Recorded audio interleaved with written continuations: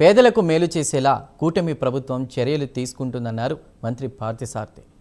అనకాపల్లి జిల్లా పైడివాడ అగ్రహారంలోని గృహ నిర్మాణ పనులను సందర్శించిన మంత్రి అక్కడి సమస్యల గురించి స్థానికులను అడిగి తెలుసుకున్నారు. పేద ప్రజల ఇంటి కల సాకారం చేసేందుకు ప్రభుత్వం కృషి చేస్తోందన్నారు. సీఎం చంద్రబాబు ఆదేశాలతో త్వరలోనే ఇంటి నిర్మాణాలను పూర్తి చేస్తామని మంత్రి పార్థసారథి తెలిపారు.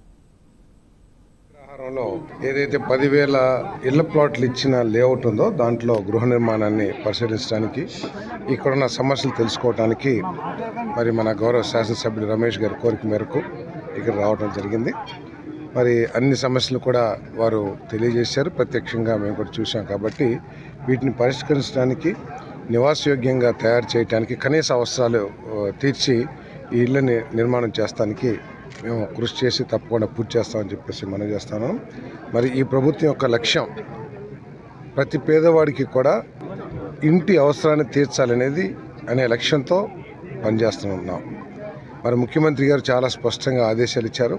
ఈ ఇళ్ళని ఏ విధంగా పూర్తి చేయాలి, ఎటువంటి సహాయం చేయాలి అన్నీ కూడా ప్రభుత్వం చేస్తున్న ఉద్దేశంతో చేయాలనే ఉద్దేశంతో ఎస్సీ, బీసీ, ఎస్టీలకి అదనంగా 50,000, 50,000, 75,000 రూపాయలు మరి శాంక్షన్ చేయడం. ఇటువంటి ఆర్థిక పరిస్థితుల్లో కూడా దాదాపు 3,300 కోట్ల రూపాయలు అదనపు భారం అయినా కూడా విరవకుండా, భయపడకుండా మరి ఈ కేవలం పేదవాళ్ళ